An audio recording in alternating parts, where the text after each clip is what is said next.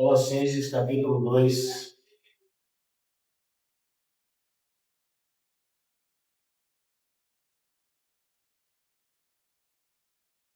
Ainda o tema continua sendo o mesmo até o final da carta. O apóstolo Paulo tem como propósito central a carta aos Coríntios advertir esses amados irmãos sobre os perigos que nos cercam. É impressionante que quando a gente lê o Novo Testamento, e vocês fazem isso muito bem, um terço de todo o Novo Testamento é alerta quanto às heresias e os perigos que elas causam na igreja, na vida espiritual do crente.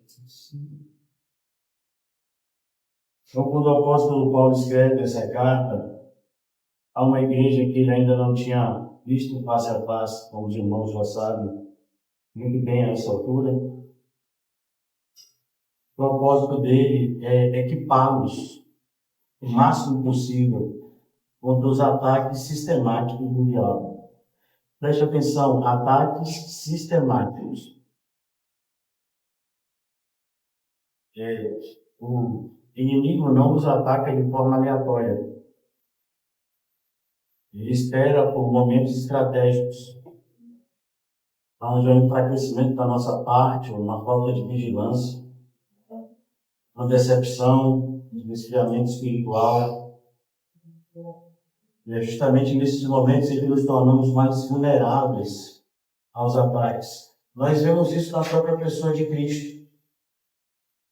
Nos Evangelhos é dito que ele esperou o 40º dia do jejum de Jesus, que seria o dia que Jesus estaria humanamente falando mais fraco, para que ele pudesse se aproximar dele e tentá-lo, como de fato fez. O nosso Senhor Jesus existiu e deixou isso como um exemplo primoroso que nós podemos e devemos também resistir aos ataques do maligno. Nós paramos na sexta-feira no versículo de número 11 e eu queria voltar um pouco e ler com vocês a partir do versículo 8, porque é o começo da sessão. Essa sessão onde o apóstolo Paulo faz uma advertência contra os falsos ensinos. Ela vai dos versículos 8 ao versículo 15. Então eu queria fazer a leitura com vocês a partir do versículo 8, mas vocês sabem que a gente vai entrar propriamente no nosso estudo nessa manhã, a partir do versículo 11. O título da nossa mensagem, como eu disse a vocês, continua sendo o mesmo. A igreja sob ataque, mas hoje nós temos um complemento, seria vivos e alertas. Então, nós como cristãos precisamos seguir mais do que nunca a orientação que está tantas vezes repetida na Bíblia: sede sóbrios e vigiais. O próprio Senhor Jesus fala: orai e vigiai sem cessar. Então, a vigilância não é opcional, irmãos. É uma questão de sobrevivência espiritual. Versículo 8. Cuidado que ninguém vos venha a enredar. Já falei sobre vocês, a palavra enredar tem como raiz a palavra rede. Significa, 2 Colossenses 2,8, significa cair na rede. Com uma sutileza, com sua filosofia e vãs sutilezas. A filosofia que eu me referia na sexta-feira, e que eu esqueci o título por acaso, minha memória não está lá, é o estoicismo. Inclusive no livro de Atos, o apóstolo Paulo chegando a determinada região da Grécia, e dois grupos filosóficos, os estoicos e os epicureus, estavam debatendo sobre qual seria a vida feliz. Era um dos propósitos, ou é um dos propósitos, de todo debate filosófico. Qual seria a vida feliz? Qual seria o propósito do homem aqui na Terra? Independente da escola filosófica, independente da geração da escola filosófica, essas perguntas são sempre feitas sempre foram feitos pelos filósofos de todas as eras. E Paulo diz que a gente não deveria se ocupar com as respostas desses filósofos, porque a Bíblia nos dá essa resposta de forma muito mais precisa. Feliz é a nação cujo Deus de Israel é o Senhor. Qual é o propósito da nossa existência? Glorificar a Deus e usufruir da criação que Ele preparou com tanto amor para nós. Então a Bíblia nos fornece todas as respostas que as filosofias tentam fornecer. Por isso Paulo diz, cuidado que ninguém te prenda com uma filosofia. Por mais que a gente fale aqui, dessa forma, mas se você estiver presente numa palestra com um filósofo, eles argumentam de forma tão sedutora que a probabilidade de você acreditar em alguns dos seus ensinos é muito grande. Jamais se esqueçam, irmãos, quando a Bíblia diz que os falsos mestres, eles são falsos, mas eles também são mestres. Mestres do engano, da capacidade de argumentar de tal forma a trazer as pessoas a pensar como eles. E ninguém vos engane, e ninguém vos venha enredar com sua filosofia e vãs sutilezas. Eu queria que você já deixasse aqui marcado, a gente vai passar um pouco na Bíblia, como eu sei que vocês amam, 1 João 4:5, que o apóstolo Paulo quer dizer, está aqui escrito. Eu vou ler a partir do versículo 4. 1 João 4:4. Filhinhos, vós sois de Deus. Filhinhos, vós sois. Ele está falando de quem? Da gente. E tendes vencido os falsos profetas. Qual é a vitória que vence o mundo, irmãos? A nossa fé em Cristo. O que é que os falsos profetas querem tirar de nós? A fé.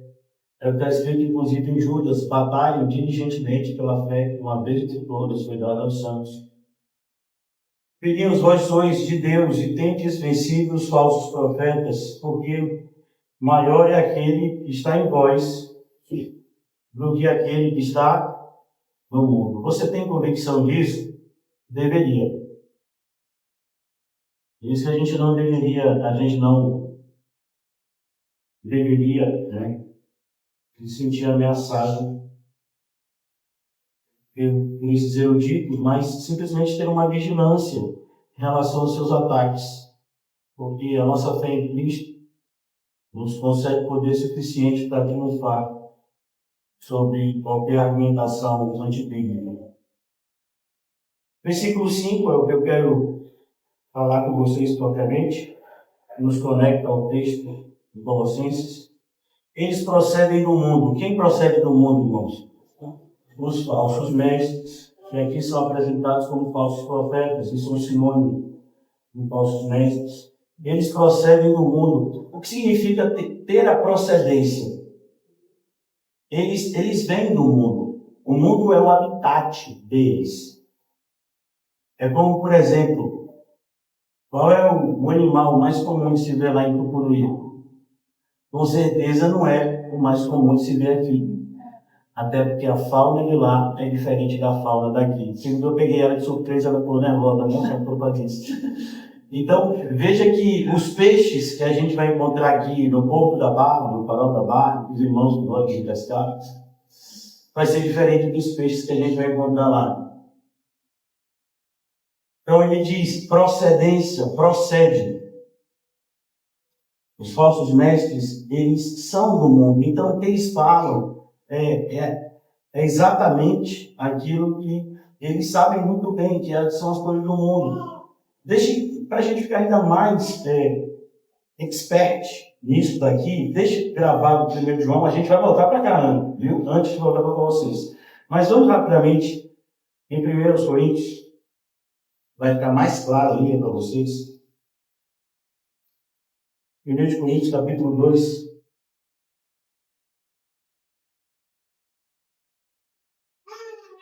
Versículo 11, 1 Coríntios 2, 11. Vocês viram que vocês têm que estudar a Bíblia, viu? Porque qual dos homens sabe as coisas? Então o que é que Paulo está dizendo aqui? Que é natural que o homem entenda as coisas do homem. Senão o seu próprio espírito que nele está. Então, por exemplo, quem é que sabe como satisfazer a ganância? O homem. Quem é que sabe como satisfazer prazeres carnais? O homem. Então, o homem entende das coisas do homem. É por isso que os coaches têm tantos seguidores. Eles falam a linguagem das pessoas que eles estão influenciando. É por isso que os falsos mestres, eles são, na verdade, o resultado dos falsos crentes.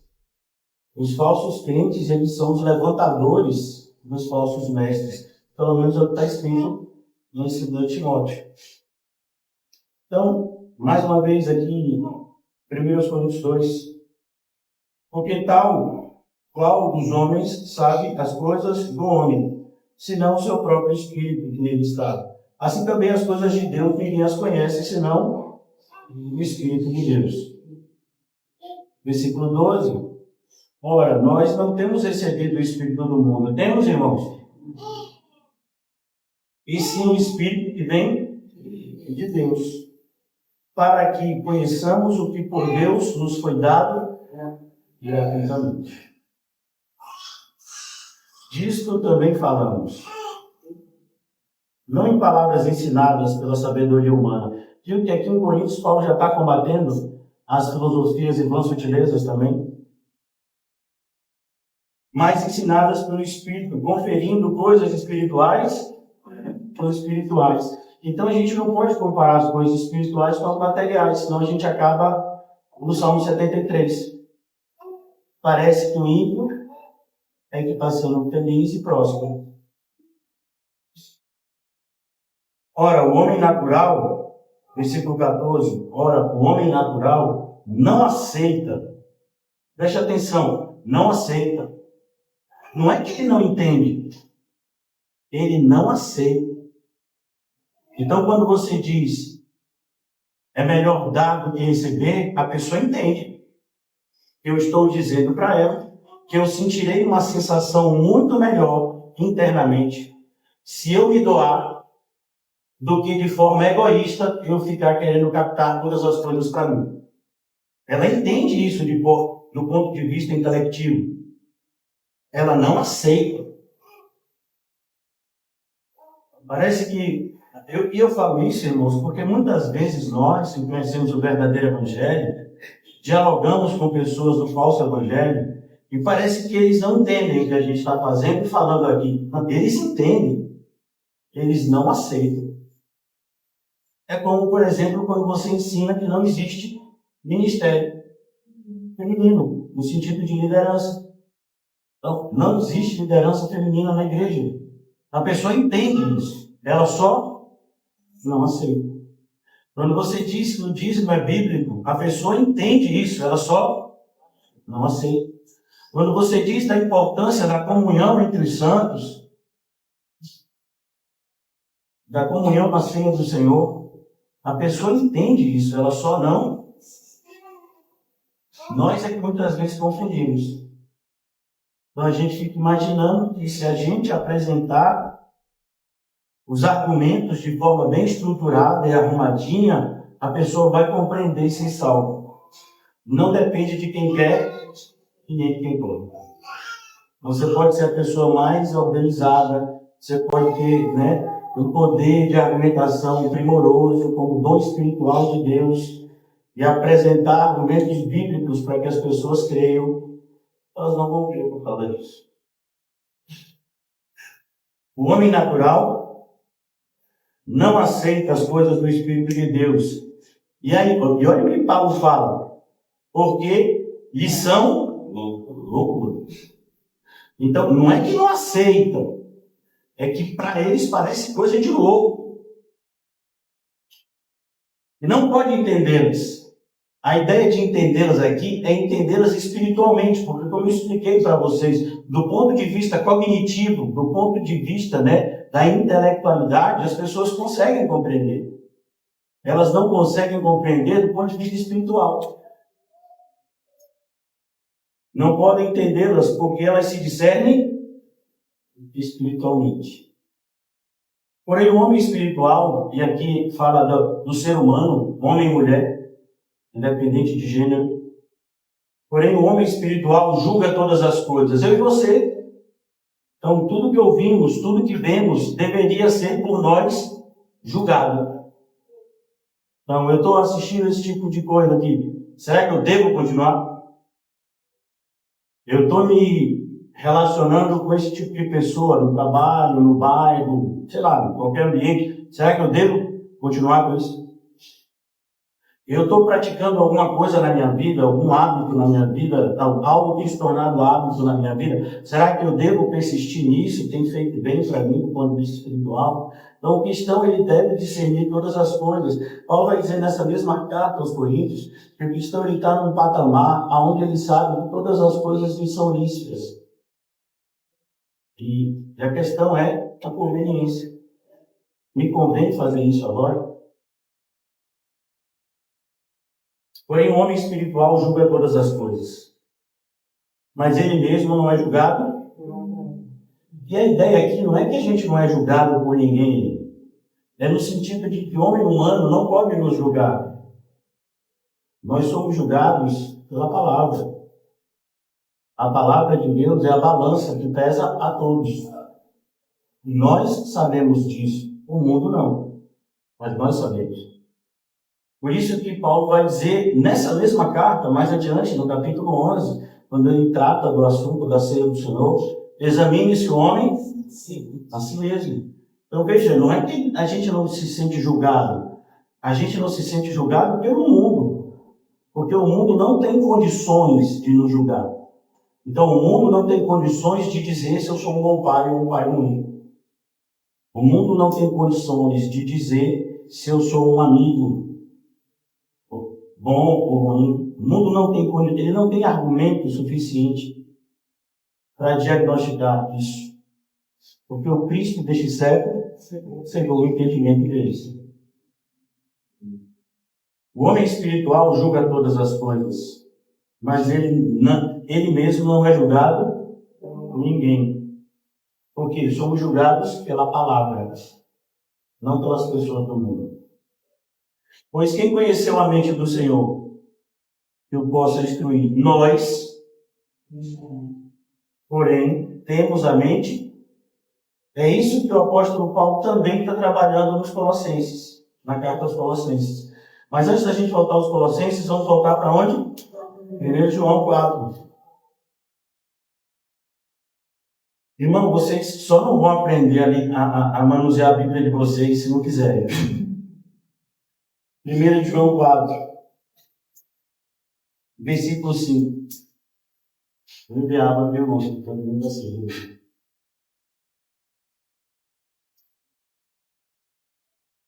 1 João 4, 5. Eles procedem do mundo. Já viu? A procedência deles é o mundo. Por essa razão, falam da parte. Então, a linguagem deles é uma linguagem que o mundo tem facilidade em aceitar. Que o mundo se sente atraído em ouvir, diferente do que a gente tem a dizer. Não suportarão essa doutrina aqui. Desejarão essa doutrina aqui. Desejarão a um nível tal que vão levantar mestres, segundo as suas próprias concupiscências. Eles procedem do mundo, por essa razão, falam da parte do mundo, e o mundo, o que foi que o Senhor Jesus disse dos falsos crentes, em especial os fariseus? Vocês não podem me ouvir, porque vocês não são minhas ovelhas. As minhas ovelhas ouvem a minha voz e me seguem. E por que fazem isso? Porque elas são minhas ovelhas e de maneira nenhuma seguirão o estranho, porque não lhe conhece a voz. Versículo 6, só para a gente concluir essa sessão aqui do João. Nós somos de Deus. Somos ou não, irmãos? Amém. Ah, sim. Pensei que tinha gente dormindo ainda. O café de Kion não está fazendo efeito em vocês, não, hein? Nós somos de Deus. Aquele que conhece a Deus nos ouve. Percebeu? Você começar a conversar com alguém e a pessoa começar a te achar uma alienígena, muito provavelmente é porque não conhece a Deus, também não vai te conhecer. Aquele que não é da parte de Deus, não. Por exemplo, Alexandre Latoeiro era da parte de Deus? Não. Paulo diz isso na segunda carta a Timóteo. Timóteo, toma cuidado com Alexandre Latoeiro, ele resistiu fortemente às nossas palavras. Nós somos de Deus. Aquele que conhece a Deus nos ouve. Aquele que não é da parte de Deus não nos ouve. Nisto reconhecemos o Espírito da verdade e o Espírito.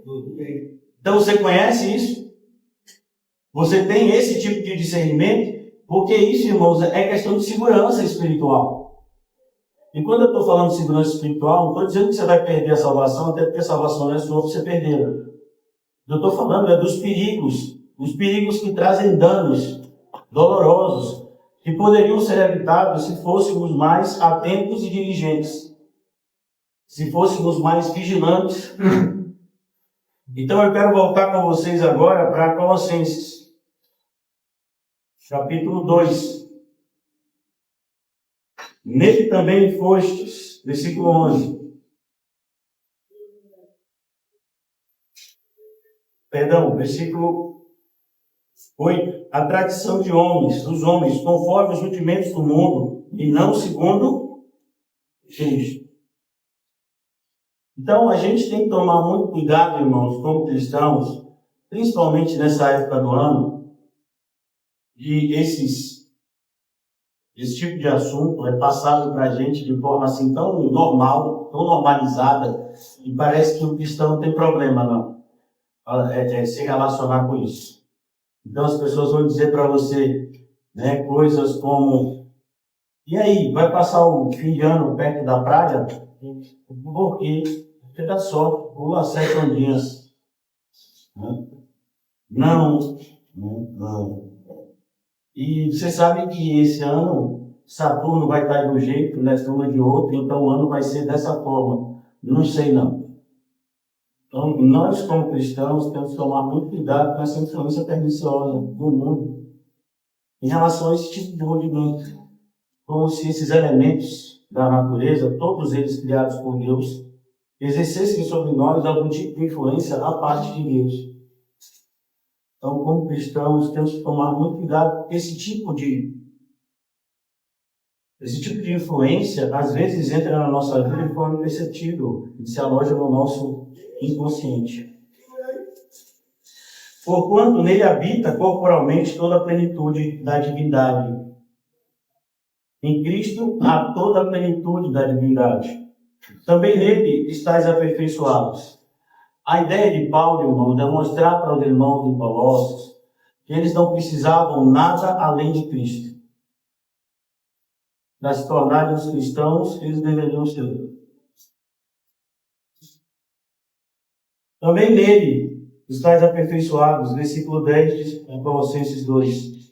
Ele é o cabeça de todo principado e potestade. Nele também fostes circuncidados. A ideia de circuncidados é a verdadeira aliança com Deus é feita de forma espiritual, não física. Então, mesmo nós que somos evangélicos, que temos a prática bíblica do batismo como ritual de iniciação na caminhada cristã, sabemos que o batismo não salva. O batismo não pode salvar ninguém.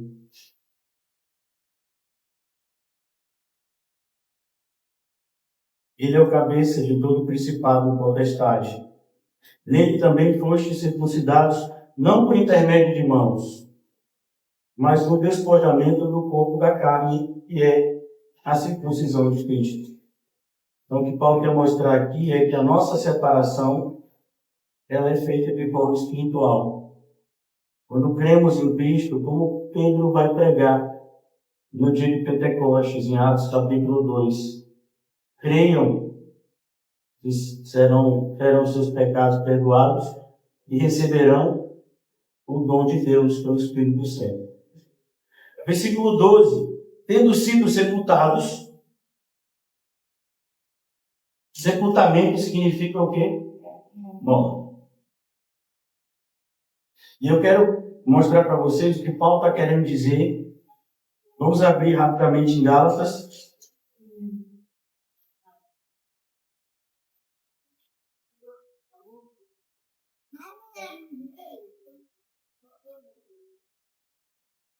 Aqui em Gálatas, o apóstolo Paulo, ele fala sobre esse assunto de forma mais direta ainda.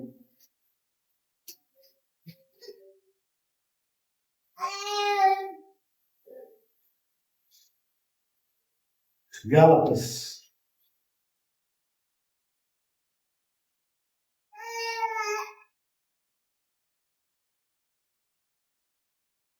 E ele diz, capítulo 6 de Gálatas, versículo 14, também falando da circuncisão e da verdadeira circuncisão.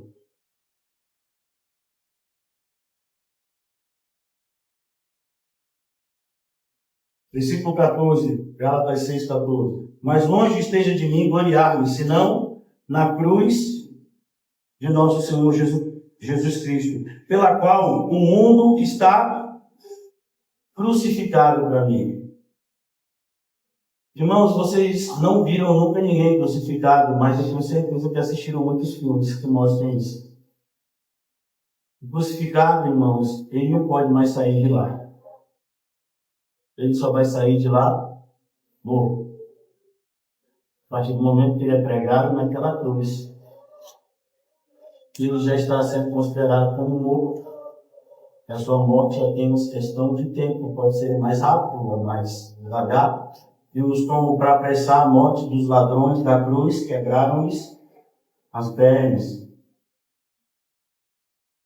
O mundo está crucificado para mim e eu para o mundo. Pois nem a circuncisão é coisa alguma, nem a incircuncisão. Mas o ser... E é isso que a Bíblia quer nos mostrar, para que o meu novo eu nasça, o velho eu tem que morrer. E agora, tem que morrer todos os dias.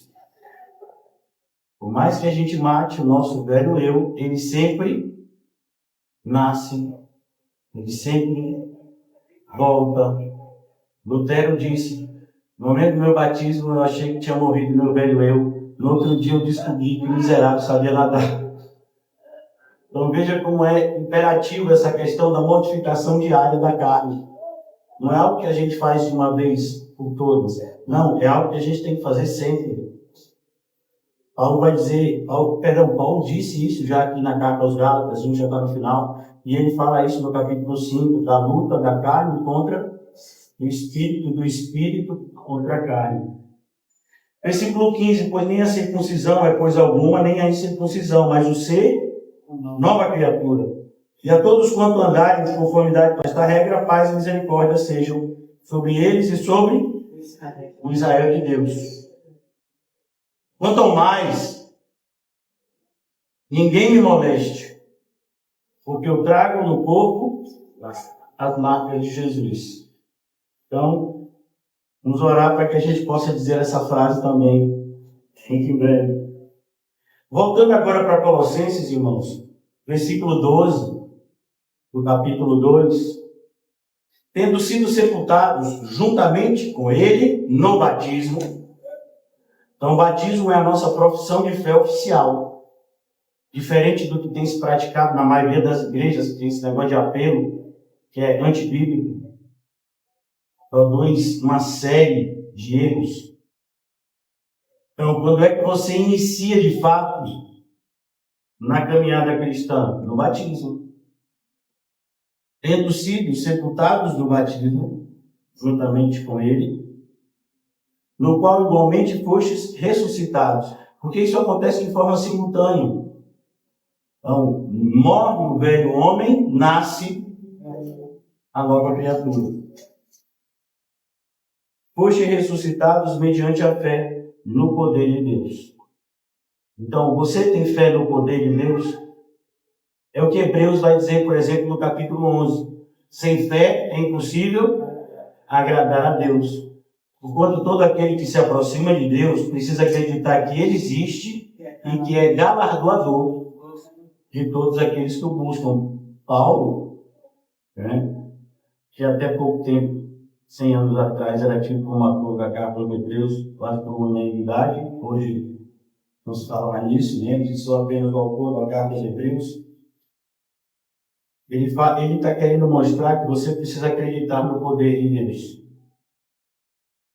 Paulo vai dizer que ele é poderoso para guardar o meu depósito até aquele grande dia.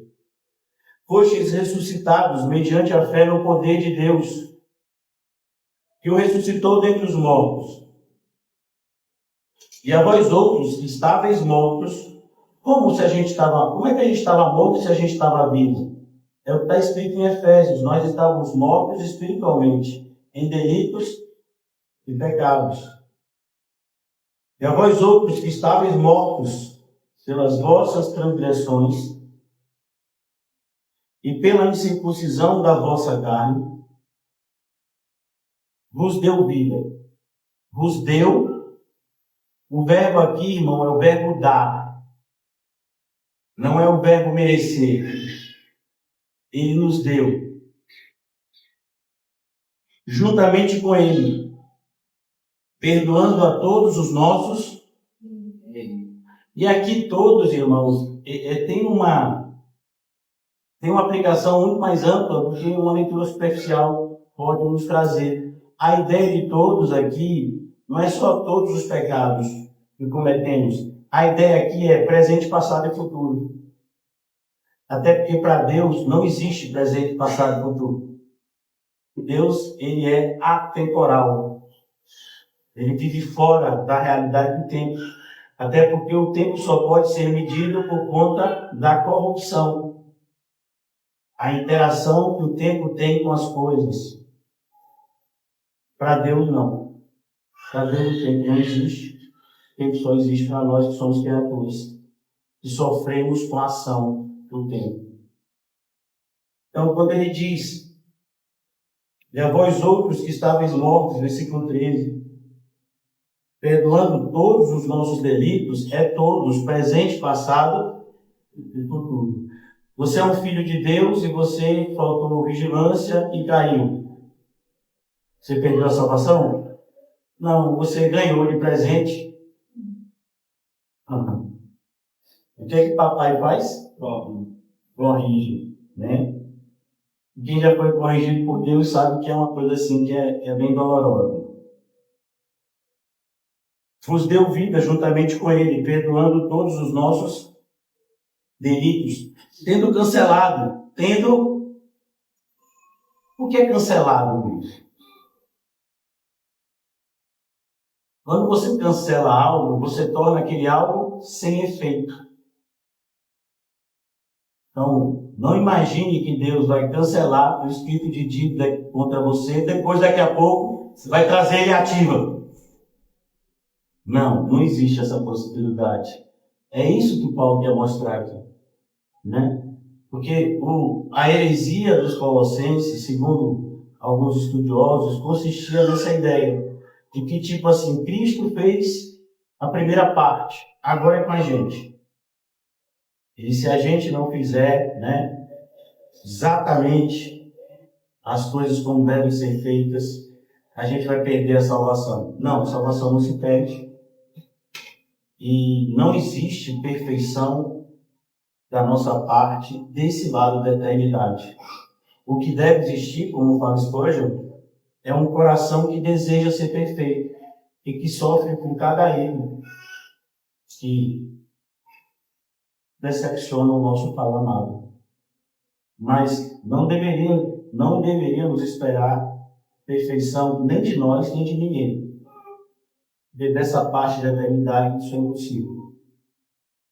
Daí a necessidade do perdão contínuo e da fé no Jesus que perdoa pecados. Versículo 13. E a vós outros que estáveis mortos em vossas transgressões, pelas vossas transgressões e pela incircuncisão da vossa carne, vos deu vida, juntamente com ele, perdoando todos os nossos, perdoando todos. Tendo cancelado o espírito de dívida que era contra nós e que constava de ordenanças, o qual nos era prejudicial. Então, nós não fizemos outra coisa ao nascer, senão descumprir as leis de Deus. Removeu inteiramente. Ele removeu como? Inteiramente. Irmãos, tenha sempre algo em mente. Deus não faz nada pela metade. A gente é que faz. Muitas vezes, ele não. Removeu inteiramente, encravando na cruz. E despojando os principados e potestades. As palavras despojo, irmãos, ela significa aquilo que um exército ou um reino vence outro, leva. Então, as riquezas do reino dominado são levadas para o reino dominante. Isso é despojo. Quando você triunfou sobre um reino, então você tem o direito de levar as suas riquezas e contá-las como suas. Isso é despojo. Então, essa é a ideia. O Senhor nos conquistou por meio da obra sacrificial na cruz. E despojando os principados e as potestades, publicamente, os expôs ao desprezo. Não é à toa que Satanás está tão irado. Publicamente, ele foi o quê? Humilhado. Quando ele achou que tinha ganho, foi quando ele perdeu de vez, na cruz. Assim acontece na vida do cristão.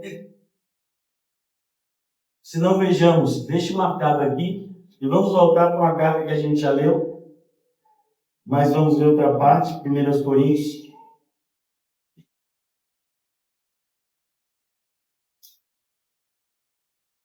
Perdão, 2 Coríntios.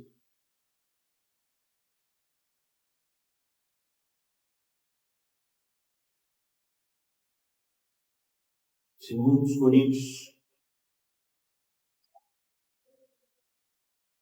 Olha o que Paulo quer nos ensinar. Versículo 7. 2 Coríntios 12, 7. E para que não me ensoberbecesse com a grandeza das revelações, pastor, eu quero conhecer muito de Deus, eu quero saber tanto de Deus, eu quero ter revelações assim preciosíssimas de Deus. Que bom, você está preparado para o que vem junto. E eu não estou querendo te desestimular, não, pelo contrário, vale a pena. E para que não me ensoberbecesse com a grandeza das revelações, foi-me posto um espinho na carne. E é tão interessante como o português empobrece essa frase de Paulo, porque a gente tem ideia que é meio que aquelas negocinhas de madeira, sabe? Aqueles fiapinhos de madeira Quando você está mexendo com madeira e entra aqui, aí dá um incômodo danado, tem que pegar uma pinça para tirar, né? A gente pensa que é isso, não é não. O termo aqui é estaca. É algo que atravessa a pele. Espinho na carne é algo que atravessa. Então, é uma dor muito maior do que um simples filete de madeira te incomodando, não na ponta do seu dedo. Não foi isso que Paulo sentiu. O espinho na carne é algo que atravessa a sua pele. Atravessa a sua carne. Mensageiro de Satanás. A palavra mensageiro é a palavra agnelos, que a gente traduz também como anjo. Mensageiro de Satanás para me esbofetear. Esbofetear, irmãos, não é só uma atitude de violência, é uma atitude de humilhação. Então, quando você quer, muitas vezes, violentar alguém, no caso de vocês, crente nunca é violento, então você dá um murro. A ideia aqui é alguém dando um tapa com a parte externa da mão, no sentido de humilhar. Não no sentido de simplesmente violentar. Essa é a ideia na expressão original. Não seria um tapa, né? Com a parte interna da mão que machuca, mas um tapa com a parte externa da mão que, além de machucar, humilha. Machuca muito mais, né, o psicológico da pessoa. Para me esbofetear, a fim de que não me exalte. E qual é o melhor remédio contra o orgulho? A humilhação. É por isso que muita gente continua sendo orgulhoso, porque não quer ser humilhado. Que nada, vou tomar esse remédio amargo. Parece criança, quando precisa tomar amoxicilina com flavononato e tem gosto de areia. Aí você, abre a boquinha, minha filha. Não, não vou tomar, né? Porque tem gosto de areia. Parece a gente. Para me esbofetear, a fim de que não me exalte. Por causa disso, 3 vezes. E a ideia de 3 vezes também é extremamente importante você saber o que está escrito aqui. 3 vezes não é um número. 3 vezes é uma expressão, uma ideia. 3 vezes significa insistência. Então, fazer algo 3 vezes, fazer algo insistentemente. 3 vezes pedi ao Senhor que o afastasse de mim. É normal, irmão, se uma situação está nos trazendo desconforto, a quem temos no céu e na terra, senão o nosso Deus e Senhor, Cristo Jesus. Mas nem sempre as nossas orações serão ouvidas como esperamos, porque Deus não nos dá o que pedimos, mas o que precisamos. Que bom, porque não sabemos pedir como convém. Então ele me disse, a minha graça te basta. Você já ouviu isso de Deus? Deveria. Todo cristão que tem algum tempo de caminhada com o Senhor, em suas orações, já deveria ter ouvido isso do Senhor. Porque muitas vezes nos encontramos, em situações de desconforto, seja físico, psicológico, e queremos sair daquela situação de qualquer jeito. A resposta do Senhor é: não, minha graça te basta. É isso que Paulo fala aos Filipenses. Eu aprendi isso. Eu aprendi a viver porque ele aprendeu que a graça bastava. Quem se sente satisfeito com a graça vai aprender a viver contente em toda e qualquer situação. Algumas verdades estão sendo conectadas. Então ele me disse, a minha graça te basta, porque o poder, o verdadeiro poder, se aperfeiçoa. A ideia de se aperfeiçoar é como uma espada que você afia.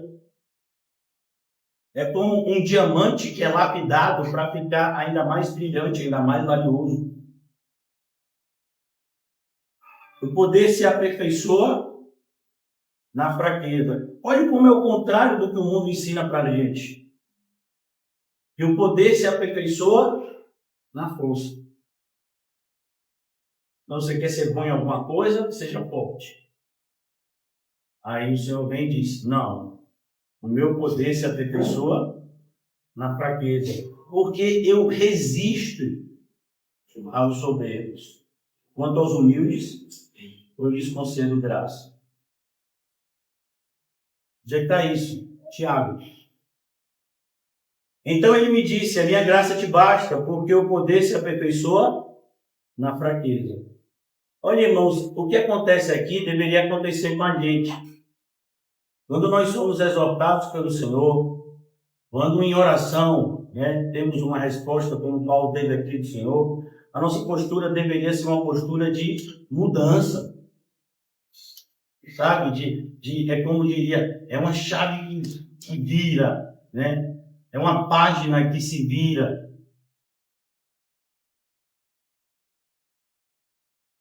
Por isso, de boa vontade, de boa vontade. De boa vontade é o contrário de má vontade. Sabe quando a gente faz as coisas jururu? Tipo, vou para a igreja. Tem que ir. Se não fosse obrigado, não iria. Eu não vou nem falar das crianças, porque nós somos uma igreja extremamente privilegiada. Temos crianças que desde o ventre materno já chutavam na barriga da mamãe, dizendo Jesus é o meu Senhor. Mas imagine a criança indo para a escola assistir aula de física, química e matemática. É muito amor, né, irmão? Trigonometria. Coisa maravilhosa. Álgebra. Eu estou vendo alguma pessoa se arrepiar aqui. Pastor, pare de falar isso. Eu estou com vontade de responder equações não lineares. Então veja que é de boa vontade. Como as crianças na aula de matemática. Amém? Amém? Não, pastor, diga assim, é de boa vontade como a gente numa doceria. É de boa vontade. De boa vontade, pois, mais me gloriarei.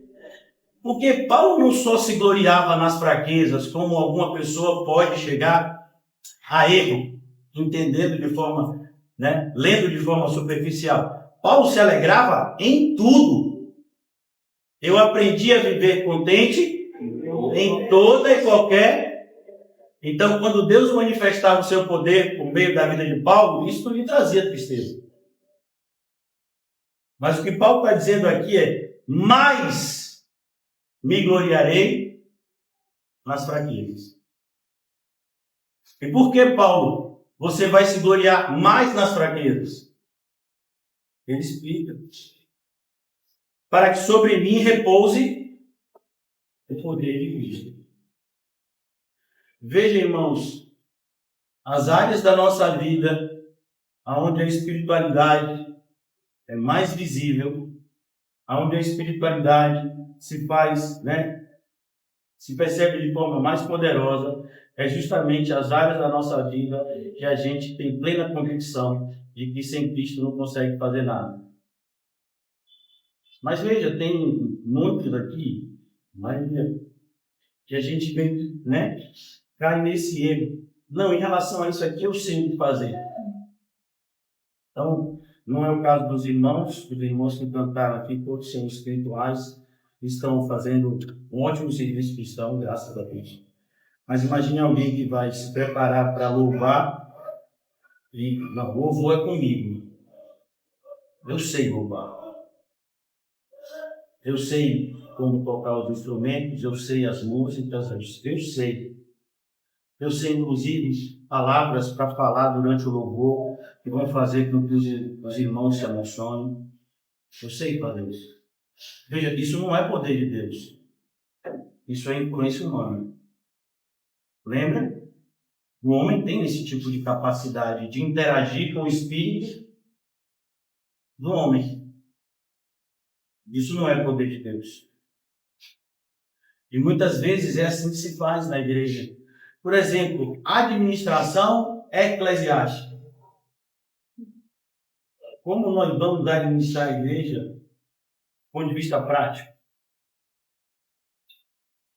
Espiritualmente. Nada pode ser feito na igreja senão espiritualmente.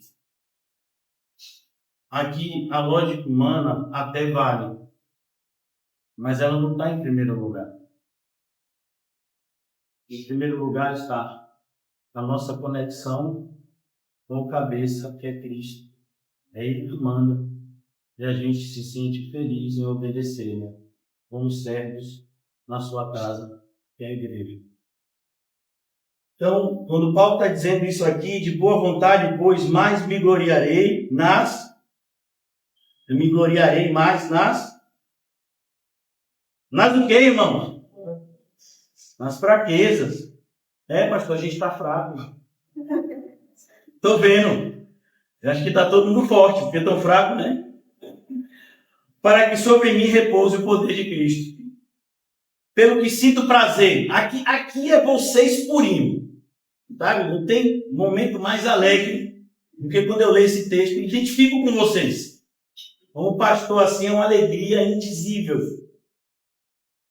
poder presenciar momentos como esse. Sinto prazer nas fraquezas. Aleluia!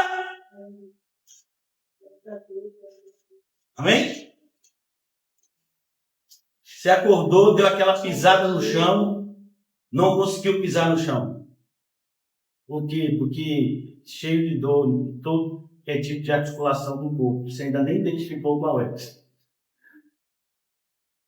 Sinto prazer nas fraquezas. E fraqueza aqui, irmãos, é a parte mais tranquila. Viu?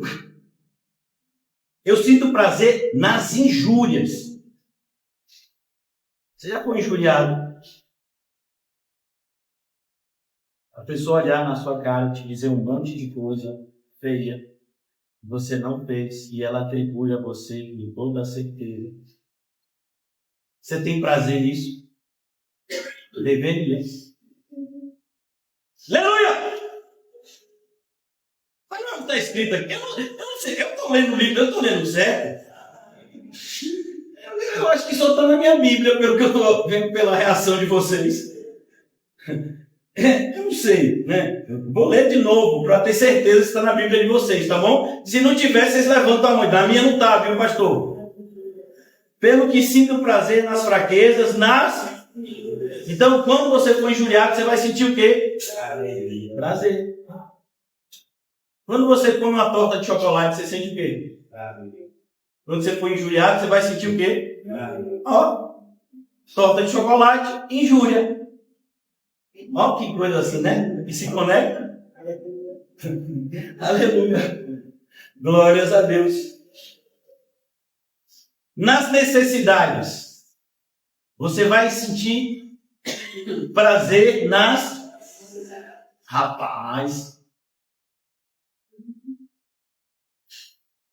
De repente você saiu de casa sem guarda-chuva. Caiu aquele toró. A chuva lhe molhou todo. Porque não tinha onde você se esconder. Se foi mulher e tinha chapinha, então já sabe. Os cabelos, tchau. E aí? Dance na chuva. Os camaradas dançaram dentro da fornalha de fogo. Você não pode dançar na chuva. O que é que dói mais? Na fornalha de fogo ou na chuva? A chuva nem machuca. Então vamos lá. Ó, fica lá, puxa o louvor. Lembra de Paulinho? Dá 2 passinhos para frente e para trás. Aí daqui a pouco vem alguém querendo te interditar, que é louco, né? Igreja de força. Mas é isso de sentir prazer nas necessidades. Por quê, irmãos? Porque o Salmo 23 não pode ser lido por mim, por você, como uma reza. Ali são promessas de Deus. O Senhor é o meu pastor e de nada sentirei falta. E ainda que eu passe pelo pior dia da minha vida, o que significa a expressão vale sombrio, é uma expressão hebraica. A gente não está acostumado, né? Não somos judeus, mas é uma expressão hebraica que significa, vale da sombra da morte, significa o pior dia da sua vida. Então, ainda que você passe por uma experiência que você nunca passou antes, que você sente que é o pior dia da sua vida, não terei medo, porque o Senhor está ao meu lado. Me sentirei seguro, porque a vara e o cajado dele me consolam. Então, sinta prazer nas necessidades. Quer um exemplo disso? Paulo e Silas em Filipos. Você acha que uma pessoa triste vai louvar? A Bíblia, inclusive, diz: você está feliz? Louve. Sinto prazer nas necessidades. Aleluia! Sinto prazer nas perseguições. Você já viu como a gente é perseguido, como a gente fala assim, né? Meio como a gente fosse até Rambo. Vai me perseguindo, o negócio está pegando, eu faço assim, o pessoal faz assado. Não, irmão, você devia falar como, né? Como alguém que está feliz. Porque às vezes, eu não sei você, mas às vezes eu duvido do meu cristianismo. E são muitas as vezes. E é quando eu passo por momentos como esse, e muitas vezes a certeza de que eu sou crente é essa. Nas perseguições, porque o mundo não vai perseguir o que é seu. Nas angústias. O cristão, ele tem paz com Deus. O cristão tem a paz de Cristo. Mas isso não impede a gente de se sentir angustiado, inclusive com a luta espiritual dos nossos irmãos. Inclusive com aqueles que amamos e estão condenados ainda ao inferno, que não creem em Cristo. Angústia. Angústia em relação à nossa própria realidade espiritual. Porque muitas vezes estamos aquém do que deveríamos estar. Sinto prazer nas angústias por amor de Cristo. Veja, é exatamente o contrário do estoicismo. O estoicismo falaria até aqui. O estoicismo diz: não, está passando por luta, vamos lá, em frente. Tem filósofos históricos como Marco Aurélio, né? Epicuro, e eles vão dizer coisas como essa, Sêneca. Vamos lá, casca dura, né? Nada de reclamar. O que der, deu. O que não der, não deu. Você fala: mas esses caras são crentes? Não são, não. Porque não tem essa parte final. Por amor de Cristo. A ideia de Zenão, que é o pai do estoicismo, era mostrar para os gregos da sua época, essa escola filosófica fundada por ele, que seria a vida feliz. A vida feliz é a vida onde a pessoa enfrenta tudo que tem que enfrentar, então nada faria ele infeliz, porque ele enfrenta tudo que tem que enfrentar, então ele não perderia a felicidade nunca. Essa era a proposta de Zenão, quando fundou essa escola filosófica, que está muito em moda hoje em dia, inclusive pastores evangélicos, coaches, falam mais de estoicismo do que de cristianismo nas suas palestras. É só você observar. Aquele baixinho, anãozinho, que é amigo de Neymar, ele só fala de estoicismo. As palestras que eu consegui escutar dele, porque foi uns 5 minutos para mim e já deu. É como se fosse um mergulho para mim, sabe? Não consigo prender muito ar quando eu mergulho. Então você está ouvindo um negócio daquele, faz tanto mal que tem uma hora de você parar. Não aguento muito tempo. Mas ali é só estoicismo. Porque não tem nada ali por amor a Cristo. O que esses pastores estão fazendo hoje, principalmente os mais famosos, é tentando dar a vocês uma receita de vida feliz. E não fazer de vocês discípulos de Cristo. E na verdade é por isso que eles atraem multidões. Porque o que as pessoas querem é uma vida feliz e não Cristo. E mesmo quando eles querem Cristo, é só Cristo como um trampolim para a vida feliz. 99% dos casos é assim. aqui ainda no capítulo 12 de 2 Coríntios, por amor de Cristo, a frase final, versículo 10, porque quando sou fraco, veja, não é estou fraco, sou. Aqui a ideia, você é. Jesus vai falar isso, irmãos, na noite em que ele é preso. A carne é fraca. Não adianta você querer fortalecer a sua carne ficando cascudo, como o estoicismo diz. Não suporto. Já me decepcionei com um monte de gente. Agora pode vier o que vier. Ninguém me decepciona mais. O que aconteceu com você? Você já perdeu o primeiro amor. Eu não preciso nem fazer outro diagnóstico. Só ouvindo isso de você, eu já sei que você perdeu o primeiro amor. Não, o que vier veio, já me decepcionei, né? Ninguém me decepciona mais, porque agora eu estou, né, fechado, estou com o corpo fechado. Eu disse de macumba.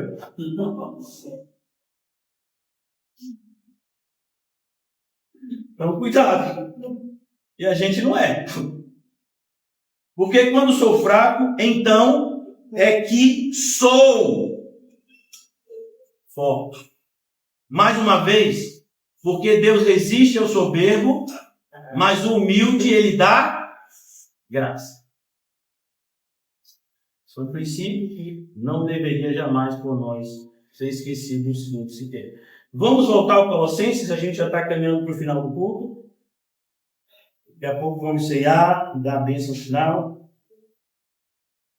Aqui agora, no capítulo 2 de Colossenses, vou fazer a releitura do versículo 12. Tendo sido sepultados juntamente com ele no batismo, no qual igualmente foste ressuscitados, mediante a fé no poder de Deus, nos ressuscitou dentre os mortos. Versículo 13. A vós outros, que estáveis mortos pelas vossas transgressões e pela incircuncisão da vossa carne, vos deu vida, juntamente com ele, perdoando todos os nossos delitos. Tendo cancelado o escrito de dívida que era contra nós, e que constava de ordenanças, o qual nos era prejudicial. Removeu inteiramente, engravando na cruz. E despojando os principados e as potestades, mais uma referência aos poderes espirituais invisíveis que transitam de fato no mundo e que exercem influência sobre a humanidade. Publicamente os expôs ao desprezo. É o que Romanos vai nos dizer. Se Deus é por nós, quem tentará acusação contra os eleitos de Deus? É o próprio Deus. E o justo. Publicamente os expôs a desprezo. Porque o principal papel de Satanás, e é isso que significa Satanás, então a gente tem esse anjo caído, que tem dois nomes, por assim dizer, que na verdade não são nomes, mas são nomes que falam acerca da sua maneira de agir. Então, quando você ouve diabo significa adversário. E Satanás significa acusador. Então, quando Paulo está dizendo isso, publicamente os expôs a desprezo, é o Senhor dizendo para Satanás: ô Satanás, você vai acusar aqueles que eu justifiquei? Você não está vendo sobre eles o meu sangue aspergido? É por isso que Davi já dizia 1000 anos antes de Cristo vir ao mundo: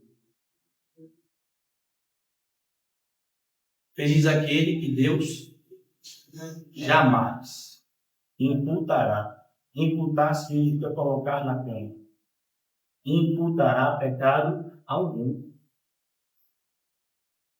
Isso é a verdadeira felicidade. Publicamente os expôs a desprezo, triunfando deles na cruz. É exatamente o que a gente vê, o préter-evangelho se cumprindo. O que é o préter-evangelho? É o evangelho antes do evangelho. É o evangelho embrionário, que vai aparecer pela primeira vez em Gênesis. Quando o Senhor diz: olha a serpente, Eu vou colocar inimizade entre a tua descendência, serpente, e o descendente da mulher. Serpente, você vai ferir o calcanhar dele, porém pisará na sua cabeça. Toda pessoa que tem um pé no interior sabe que para você matar uma cobra, você não corta o rabo. Você mata a cobra pisando na cabeça. Liga muita forma, matar. E quando a gente tem o calcanhar ferido, não é uma ferida mortal. Na maioria das vezes. Versículo 16. Ninguém, pois, vos julgue. Ninguém, pois. E a ideia aqui de julgamento, irmãos, o problema não é o julgamento. O problema é qual é o referencial que você usa para julgar alguém. Por exemplo, irmãos, as leis nos Estados Unidos são diferentes das leis no Brasil. Então, determinadas coisas que aqui no Brasil não são crime, nos Estados Unidos e vice-versa. Por exemplo, lá nos Estados Unidos, no estado do Texas, se mais preciso, eles têm total liberdade para andar armado. Não é por acaso que a gente vê tanto desastre lá nesse sentido, né? Criança invadindo escola, atirando um monte de gente, atirador, mas ainda assim eles acreditam que eles têm direito de andar armado. É comum você ver gente andando, parecendo faroeste, com arma na cintura, em determinadas cidades americanas. Aqui no Brasil, não. Aqui no Brasil você vê traficante fazendo isso, mas é ilegal, né? Não é legal aquilo dali. Então veja que, mesmo de um país para o outro, as leis mudam. Então, o que não muda é a lei de Deus, que julga a todos. Por isso o Senhor Jesus disse: sou eu que vou julgar vocês. Quem vai julgar vocês é a palavra que vocês dizem conhecer. Então é por isso que Paulo está dizendo que ninguém vos julgue por causa de comida e bebida. Isso não é o importante. Claro que glutonaria continua sendo pecado, irmãos. O que ele está dizendo aqui é tipos de comida. E a gente tem isso de forma tão clara aqui na nossa cidade, porque, né, o acarajé sempre é associado, né, a religiões com raiz africana. E então o crente não poderia comer acarajé. Eu não posso comer acarajé porque eu tenho gastrite. E me faz muito mal. Mas se você não tem, sem glutonaria, né, abará, bolinho de estudante. Pare, pastor. Eu paro. Então a gente tem que tomar cuidado. Ninguém nos julgue por causa de comida e bebida. Ou dia de festa. Então imagine que os judeus, eles tinham um calendário. Eles têm até hoje, baseado no Antigo Testamento. Imagine que uma pessoa é judeu e ele se converte de verdade ao cristianismo. Todos os apóstolos eram judeus. Todos os primeiros crentes eram judeus. Então quer dizer que eles não podem mais celebrar a Páscoa? Quer dizer que seria pecado para eles celebrar o Pentecoste? Não. Desde que eles saibam o real significado daquelas cerimônias, todas elas apontavam para aqueles que se cumpriram nele. Então, se um judeu convertido sabe disso, não tem problema nenhum. E vice-versa. Imagine que você não é judeu e você está numa igreja que tem pessoas, como era muito comum nessa época. Em Atos, a gente viu um problema que deu juntar judeus e não judeus, como muitas vezes os apóstolos precisaram interceder, né? Agir de forma assim mais contundente para o problema não crescer. Então imagine que você não é judeu e o pessoal vai lá celebrar a Páscoa com pães asmos e com o cordeiro. E você não faz isso. Aí a pessoa vai dizer, então você não é um crente de verdade, porque você não está levando a sério o Antigo Testamento. Não, o Cordeiro Pascual é Cristo. Eu não preciso comer um cordeiro. Então, o fato de comer aquele cordeiro não faz de você melhor e nem pior. É por isso que em Romanos Paulo vai dizer, tudo que a gente faz sem fé é pecado. Eu não acredito muito que quem comer esse cordeiro vai me fazer melhor, mas eu vou comer mesmo assim porque vai que dá certo. É bem assim a atitude das pessoas hoje, né? Não estou muito acreditando nisso aqui, mas vou fazer mesmo assim porque não vai me atrapalhar em nada. É meio que atirando para todas as direções porque uma hora pega em alguma coisa. O cristão não. O cristão tem um alvo e ele só mira nele. Paulo vai dizer inclusive isso. Agora, em relação ao nosso combate espiritual, ele diz: eu não estou dando murro no vento, eu sei contra quem eu estou lutando.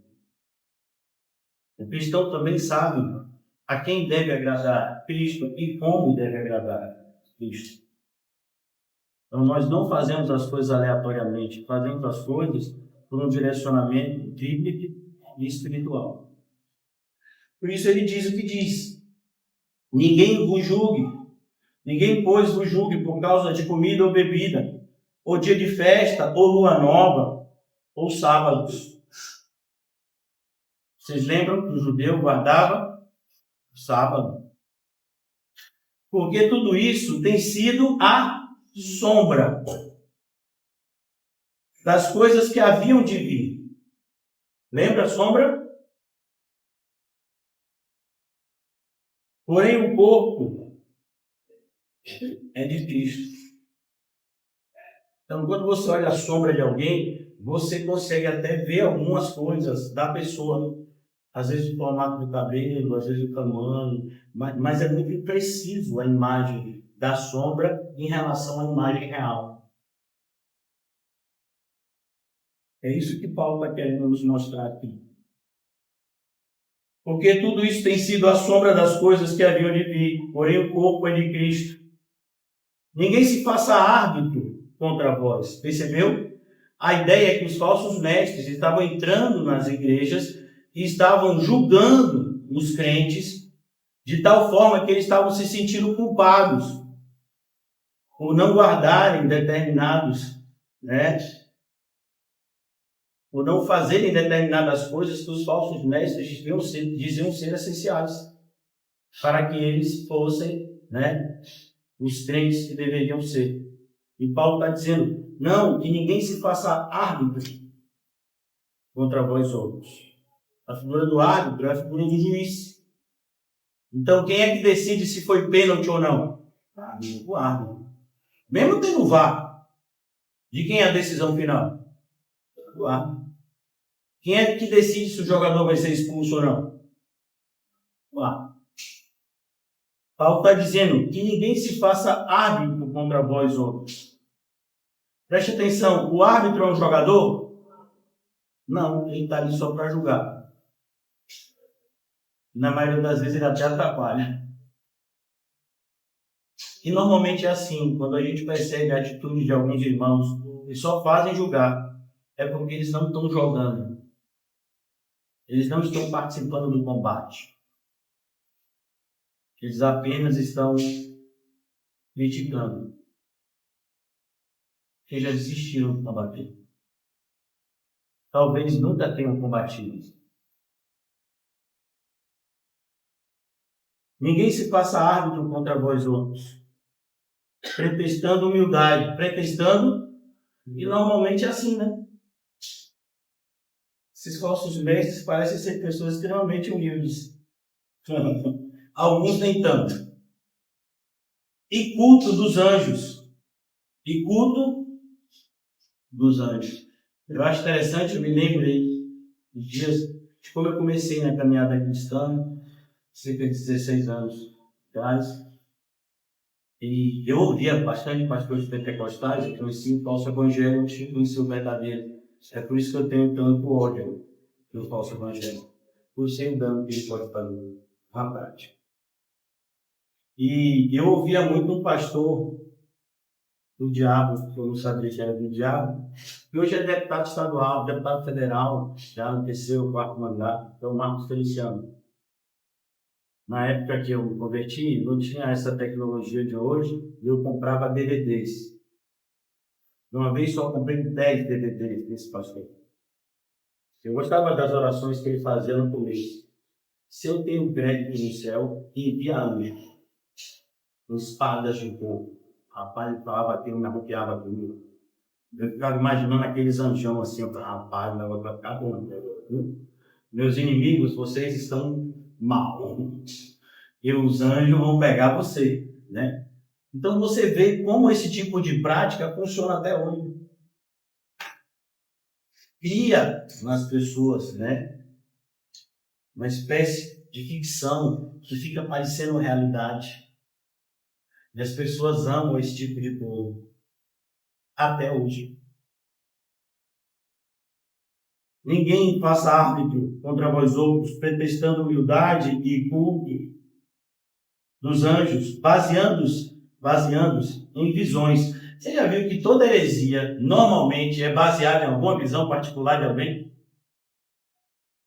Alguma pessoa tem uma experiência com anjo, com demônio. Por exemplo, tem uma mulher muito famosa no meio pentecostal, que é Rebecca Brown. Ela tem vários livros escritos de batalha espiritual e coisas semelhantes. E alguns dos ensinos que ela passa, ela aprendeu com demônios. Está no livro dela, inclusive. Eu já li alguns. Agora você veja, o demônio me ensinou uma coisa, eu vou dar crédito.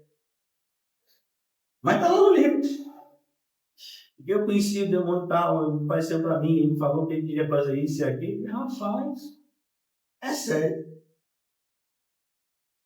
A pessoa vai no inferno, volta contando como foi o inferno. E um monte de gente acredita. Eu acho interessante que essas pessoas que acreditam, né, como é o inferno, elas não têm medo de ir para lá. Porque é o que está acontecendo. Elas estão indo para lá, na sua maioria.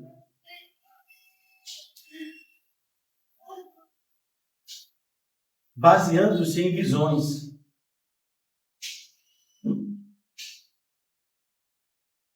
Imagine, irmãos, que você entrou na sua sala, meia-noite, foi beber água, e você viu um ente querido seu que já havia morrido sentado no sofá da sala. E ele te diz, eu estou muito bem, eu estou no mundo dos espíritos. Eu queria te dizer aqui, sabe, que sua vida vai ser maravilhosa, e que você não precisa ser uma pessoa tão religiosa como você tem sido, indo para a igreja evangélica, lendo Bíblia. E a vida pós-morte é diferente dessa religiosidade que a Bíblia de vocês quer que você tenha. Irmão, no meio da frase eu já digo, sai, demônio! Porque não tem esse negócio de aparência. Ele pode se travestir de anjo de luz. Então, se disfarçar de um ente querido nosso.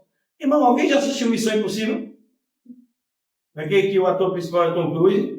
Rapaz, ele se disfarça de um monte de gente, bota uns negócios que a voz fica igual, vai fazer assim, tchá. Eu cheiro você. Eu pensei que era outro. Em Missão Impossível. Já fazem isso. Imagine o poder do engano do demônio. Sentou na sala, bateu o olho, viu que é um ente querido, pode repreender que é demônio. Entendeu? Faça esse teste. Pastor, mas se sentir ofendido, é porque é demônio. Viu? Então, faça, né? Cuidado, porque Satanás sabe como nós somos sensíveis. Imagine, você tem um ente querido que você amou muito, que você sente muita falta. Você acha que se ele aparecer para você em alguma manifestação, né, e te dizer coisas que vão te afastar da Bíblia, você não vai ser influenciado? Claro que vai. Nós somos pessoas extremamente emotivas. Somos pessoas que muitas vezes deixamos a razão de lado para seguir a emoção. Então a gente tem que estar preparado para esse tipo de batalha, porque Satanás, ele age principalmente no nosso psicológico,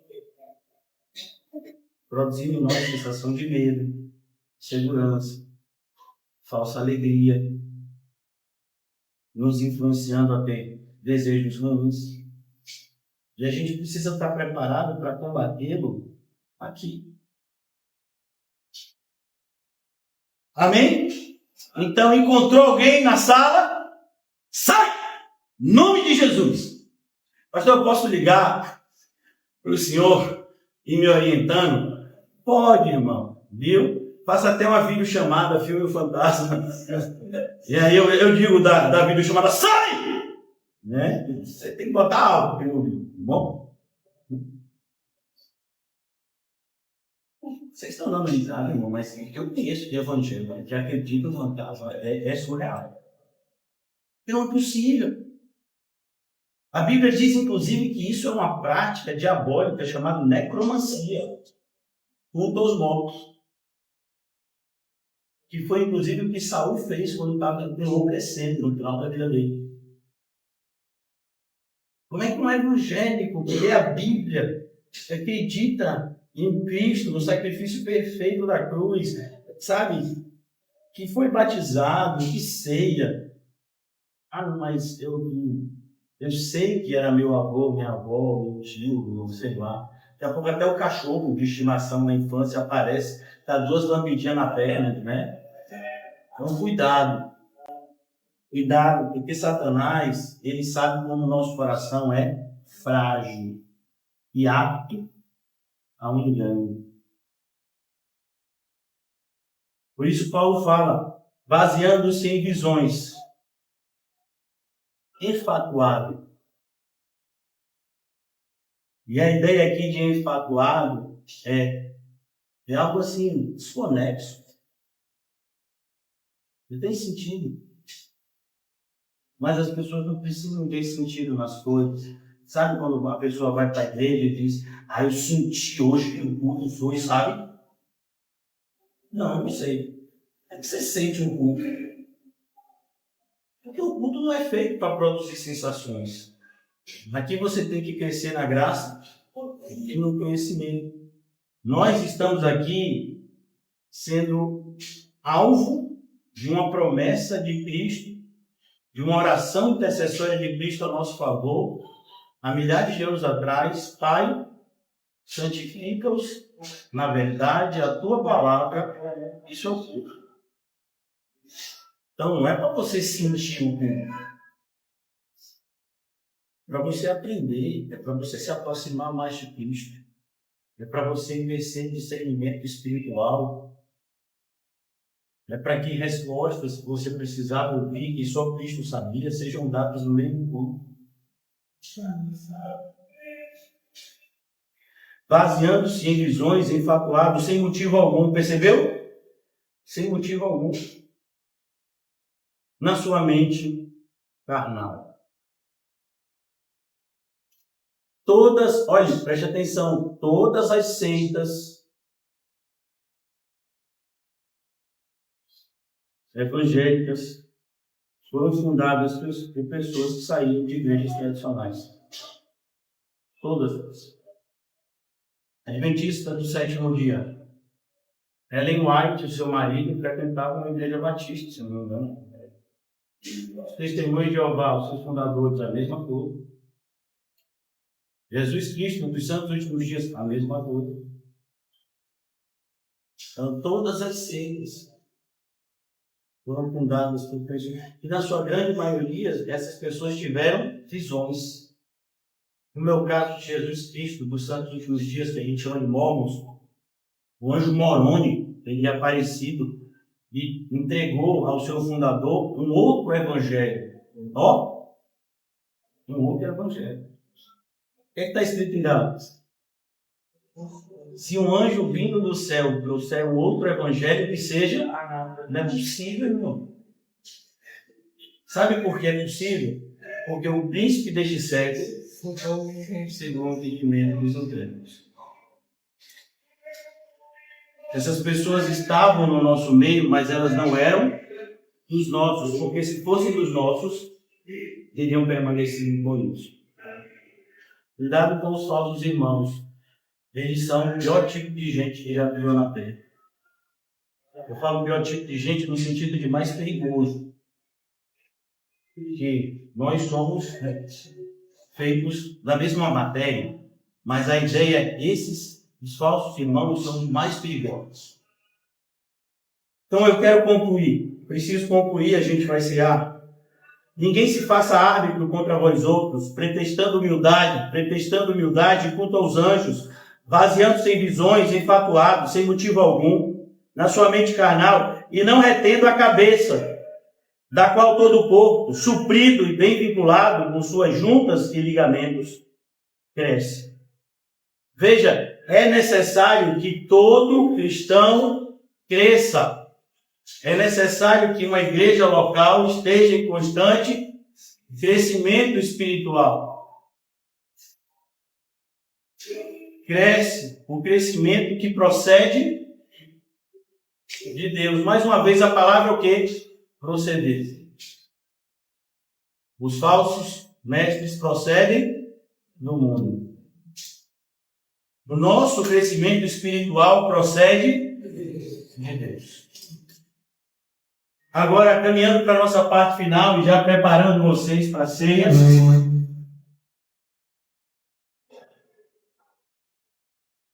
O apóstolo Paulo diz as seguintes palavras que vão nos ajudar a concluir o capítulo 2 hoje. Se morrestes com Cristo para os rudimentos do mundo, perceba, se é uma condição. Se você comer menos, você emagrece. Se morrestes com Cristo para os rudimentos do mundo. Então a ideia, irmãos, é que quando a gente se converte, a gente precisa jogar fora todo tipo de superstição e sincretismo religioso que a gente tinha antes da conversão. Não é possível colocar vinho novo em odres velhos, porque se você fizer isso, os odres se romperão e você vai perder tanto o odre quanto o vinho. Vinho novo se coloca em odres novos e ambos se conservam. É o pedido do Senhor. Se morrestes com Cristo para os rudimentos do mundo, porque como se vivesseis no mundo, crente, como se vivesseis no mundo, vos sujeitais a ordenanças, não manuseis isto, não proves aquilo, não toques aquilo outro. Uma vez eu assisti uma palestra, esse pastor era muito famoso nos Estados Unidos, ele era mexicano, mas ele pregava muito nos Estados Unidos, e ele dizia que a gente não podia comer maionese Hellmann's. Você sabe o que significa Hell em inglês, né? Hell é inferno, e Man é homem. Então, segundo ele, essa maionese é objeto de alguma mistura satânica que deu muito sucesso para Mar. Não coma maionese Hell. Ele também dizia que a gente não podia assistir nem deixar os filhos assistirem desenhos da Disney, porque os desenhos da Disney traziam sempre, de maneira inconsciente, sinais diabólicos que estariam influenciando no subconsciente as crianças que assistem. Pelo amor de Deus. Olha, eu vou ser bem sincero com vocês. Na realidade que a gente vive, os programas evangélicos são mais perigosos do que os filmes. Você olha um filme secular, sabe que matar o outro não é de Deus. Você sabe que tem uma relação sem estar casado não é de Deus. Você sabe que determinadas coisas que aparecem ali não são de Deus. Mas e quando você ouve essa programação que se diz evangélica? Esse Jesus mesmo da série The Chosen. Rapaz, esse camarada é estranho. Ele faz até sinal de legal. Ele é todo descolado. Isso é perigoso. É perigoso uma série, teve há algum tempo atrás, falava dos anos perdidos de Jesus. Rapaz, Jesus era uma criança, no mínimo, endemoniada. Que ele matava passarinho, ressuscitava passarinho. Quando a criança pegava, quando estava de birra com a criança na escola, ele fazia umas coisas estranhas, usava o poder dele para fazer umas coisas estranhas na escola. Eu disse, não, isso daí não é possível, o pessoal está falando, não é possível. Tem um filme que retrata a vida de Judas Iscariotes e coloca ele como um mártir. E ele teria feito o que fez porque ele queria que Jesus aparecesse como o Messias. Pelo amor de Deus. O próprio Jesus disse, um de vós é o diabo. Então, determinados conteúdos evangélicos, eles são muito mais perigosos do que conteúdos seculares, que você já sabe que não é para você, é do mundo.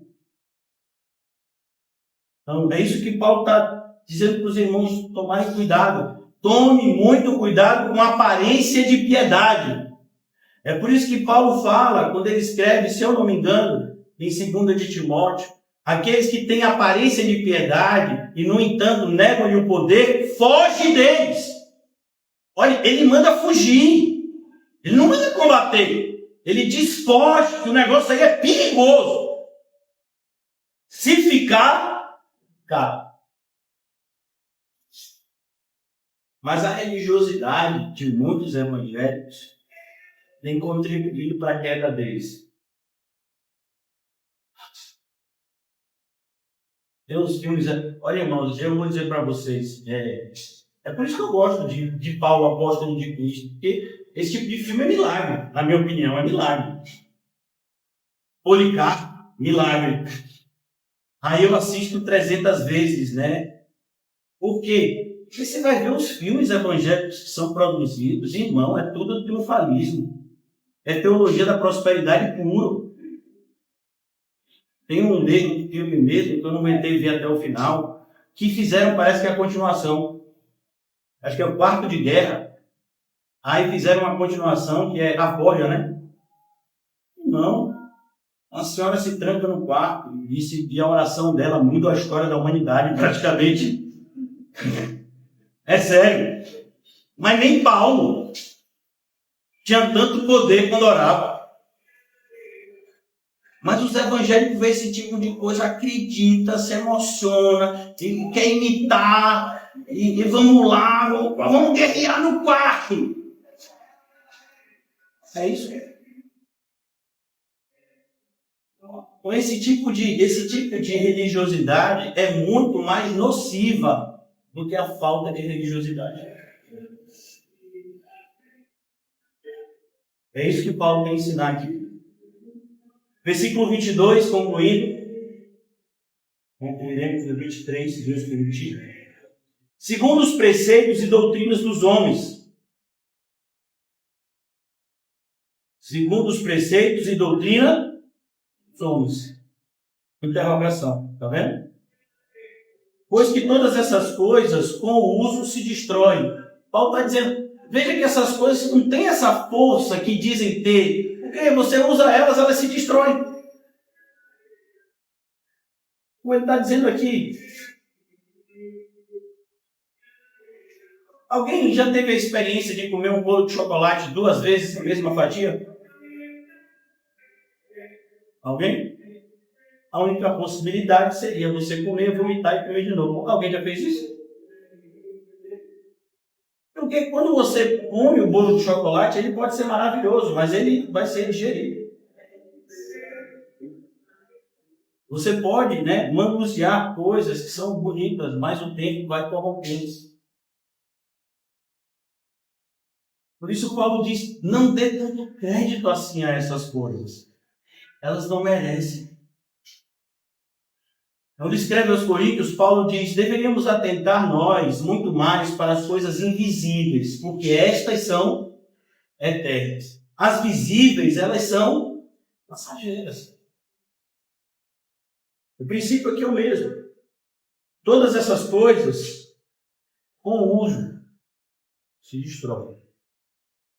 Tais coisas, com efeito, têm aparência de sabedoria.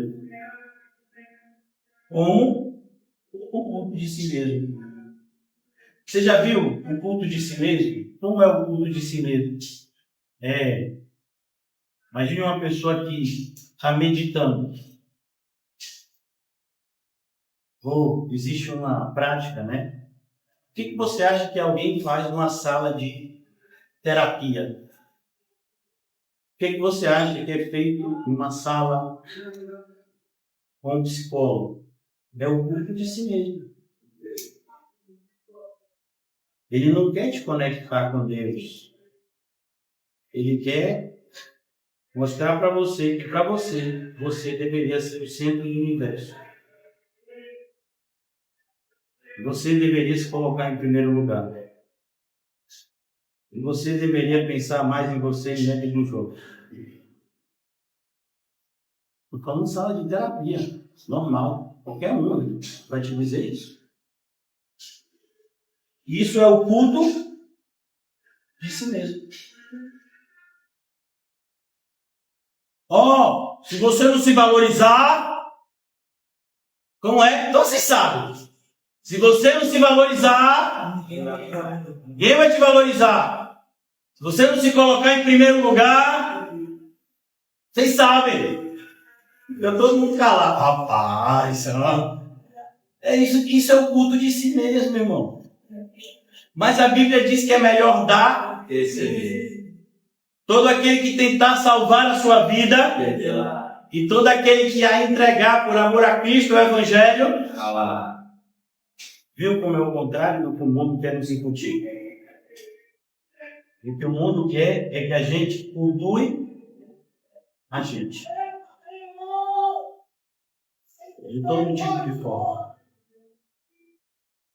O culto de si mesmo. Inclusive, isso é o que eu falei para vocês. O estoicismo é isso. É o culto de si mesmo. Então, segundo o seu fundador, para que você seja uma pessoa melhor, para que você se encontre com a verdadeira felicidade, você tem que aprender a suportar tudo. É uma frase, acho que é de Marco Aurélio, de Sêneca. E ele diz isso. Se você consegue suportar, então suporte. Calado. É a frase do estoico. E isso com o objetivo de você ser mais feliz. Na visão do estoicismo é assim. Tinha uma filosofia também que meio que rivalizava com o estoicismo nessa época que o Paulo estava lá pregando na Grécia, que era o epicurismo. Muitas pessoas têm uma visão errada do epicurismo. O epicurismo, ele diz que o sentido da vida é o prazer. Mas olha que coisa interessante. Muitas pessoas, ao ouvirem essa frase e não estudarem um pouco a doutrina, vocês não precisam estudar não, viu, irmão? Eu sou pastor, estou ensinando para vocês. Então, quando você ouve isso no primeiro momento, você fica pensando, então o epicurismo é tipo a pessoa que vai para o carnaval e curte até quase morrer. É meio que uma máxima, né, de uma frase que surgiu na França, carpe diem, né, aproveite o máximo cada dia, porque a vida é uma só. Não, o epicurismo não tem nada a ver disso.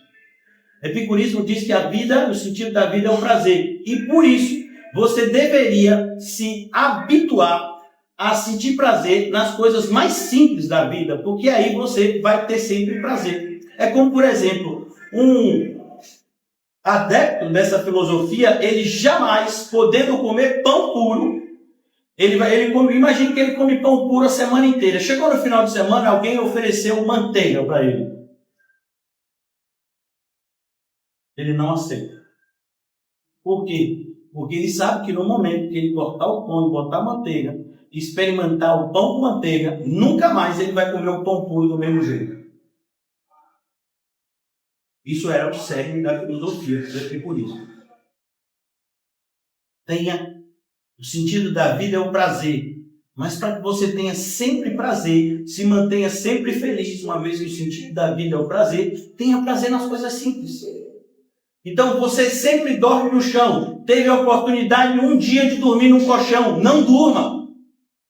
Porque no dia que você dormir no colchão, nunca mais você vai sentir o prazer que sentia por dormir no chão. Sempre tomou banho gelado. Chega que se congelava quando saía do chuveiro. Aí foi na casa de alguém que tem banho morno. Não tome, porque no dia que você tomar banho morno, nunca mais você vai ter prazer naquele banho gelado. Isso é o epicurismo, que era a escola, né, que meio que rivalizava, eram as escolas mais predominantes na Grécia na época que Paulo chegou lá. Está em Atos, viu? Os epicureus estavam discutindo, né, com os estoicos, e aí chega Paulo e diz: vem cá, esse Cristo que você está trazendo, ele é do epicurismo ou do estoicismo? Paulo diz: nenhum dos dois. Mas parece que os evangélicos de hoje escolheram ou ser do epicurismo ou do estoicismo, menos do cristianismo bíblico. O cristianismo bíblico nunca esteve tão fora de moda entre os evangélicos como hoje. Parece que o Cristo das Escrituras se tornou obsoleto, ultrapassado. Não enche mais auditórios, não traz mais desejo às pessoas de ouvirem a seu respeito. Que o nosso Cristo, que é apresentado por todos os meios de mídia, já tem dominado, tomado esse espaço. Tais coisas, com efeito, têm aparência de sabedoria, como o culto de si mesmo e de falsa humildade. E falando de falsa humildade, eu vou pegar logo os elementos da ceia para a gente ceiar. Já estamos caminhando para os instantes finais do culto com a nossa ceia. Quem quiser ceiar já pode pegar os elementos da ceia, o pão, o cálice. Veja o que está escrito aqui: falsa humildade. O que seria falsa humildade? Falsa humildade. Ó, que coisa simples. Então, uma pessoa que se coloca como humilde, mas faz isso justamente porque o contrário de humilde é orgulhoso. Então, aquela aparente humildade é, na verdade, para tentar se colocar numa posição de superioridade para com os demais. Por exemplo, quando as pessoas começaram, no início da Idade Média, a se trancarem em monastérios, e com a desculpa de que o mundo havia se tornado extremamente corrompido, e se você quisesse viver uma vida religiosa, você tinha que viver fora do mundo. Aí começam a surgir os mosteiros. Isso é o quê? Falsa humildade. A falsa humildade também está extremamente em voga nos nossos dias. A pessoa sabe que tem que servir na igreja, afinal de contas, se você não serve na igreja, você não é crente. Todo cristão tem que ter um serviço, uma igreja local, tem festa. Mas alguns dizem: quem sou eu para servir ao meu Senhor? Não existe nenhum tipo de pessoa que se diz crente e não tenha, no mínimo, um talento para negociar para o seu Senhor. É o que está escrito na parábola, né? Os talentos. 5, 2 e 1. No mínimo, recebeu. No mínimo. Então aqui ele diz: cuidado com a falsa humildade e o rigor ascético. O que seria o rigor ascético? Ele está falando aqui do que seria o ascetismo, ou seja, pessoas que dizem que o fato de você abdicar de determinados prazeres, por si só, vai trazer uma espécie de evolução espiritual para você. Então você faz um voto de silêncio. E aí isso significa para a pessoa que ela vai aprender a ouvir aquilo que ninguém mais consegue ouvir. Não sei. Deus não me mandou fazer voto de silêncio. Pelo contrário, Ele me mandou pregar o Evangelho. Vou eu me calar? Não posso. Então, ascetismo são pessoas que dizem: eu nunca mais vou usar nem sapato, nem sandália, vou andar descalço. Que eu andando descalço, Eu vou ser uma pessoa muito mais evoluída espiritualmente. Eu estou falando para vocês de práticas que se fazem ainda hoje.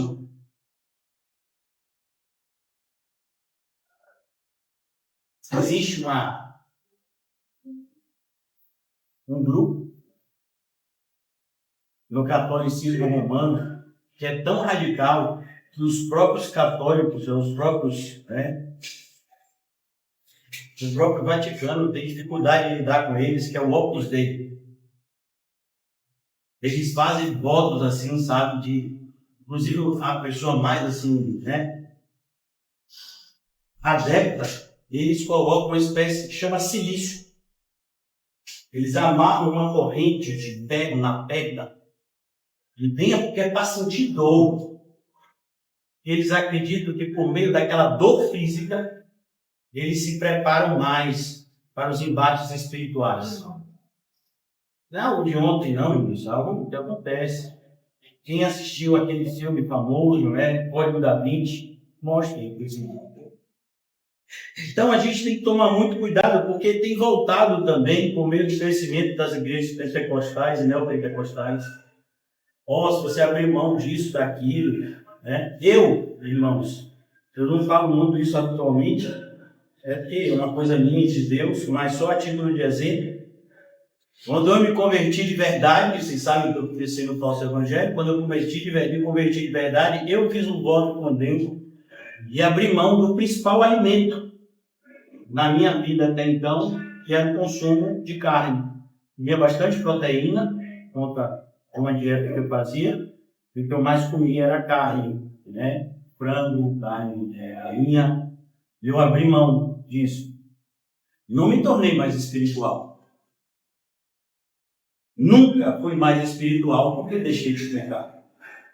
Talvez tenha feito bem para a minha saúde, segundo alguns explicam. Mas também não senti isso não, porque não melhorou minha saúde. Então veja, o fato de você fazer determinadas coisas por Deus é só um espírito, e você vai evoluir espiritualmente por causa disso. Mas hoje em dia, o ensinamento é nessa direção errada. Abra mão disso, você vai ser uma pessoa mais espiritual. Não. Espiritualidade não se compra. Espiritualidade não se barganha com o Senhor. Ande com Cristo e você se tornará parecido com Ele. Bom. Então, cuidado. Concluindo aqui, vocês que já estão com os elementos da ceia como eu, a gente já vai cear. O rigor ascético, todavia, não tem valor algum contra a sensualidade. Exatamente, contra a sensualidade. Sensualidade, irmão, não fala só da parte da imoralidade. Veja, o mundo, durante toda essa semana, a gente já está no domingo, que significa o início de outra semana. Então, durante toda essa semana que passou, o que foi que o mundo tentou fazer comigo e com você? Seduzir. A principal forma do mundo nos enganar é por meio da sedução.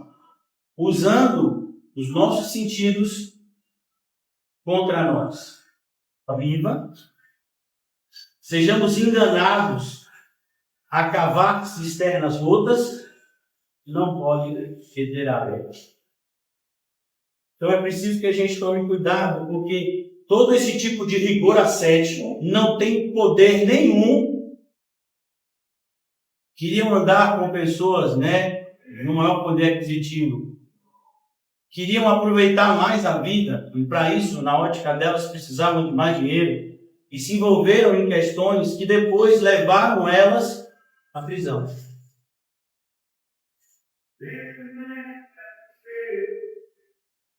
Veja, contra a sensualidade, todo tipo de rigor ascético não funciona.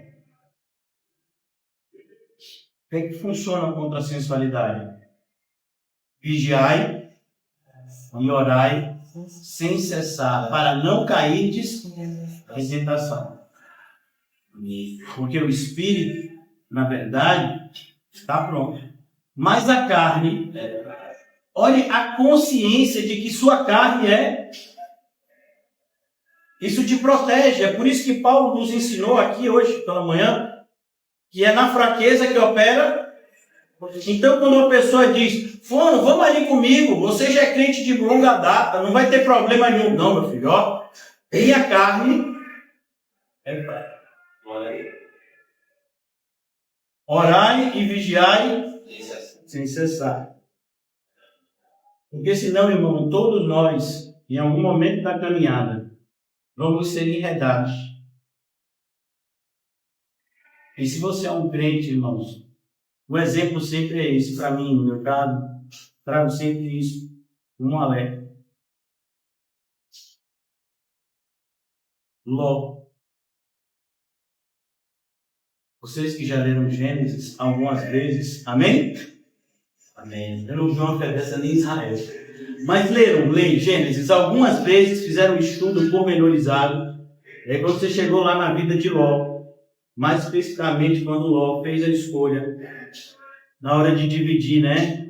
Abraão estava caminhando com Abraão até aquele momento, seu tio, os pastores começaram a brigar, então tá bom, você vai para uma direção, meu sobrinho, eu vou para outra, porque os rebanhos desceram. Você quer ir para onde? Ló bateu o olho e viu um pasto extremamente verde, água à vontade. E para você criar gado, precisa de algo além de água e pasto? Não, não mais naquela época. Vou me dar bem.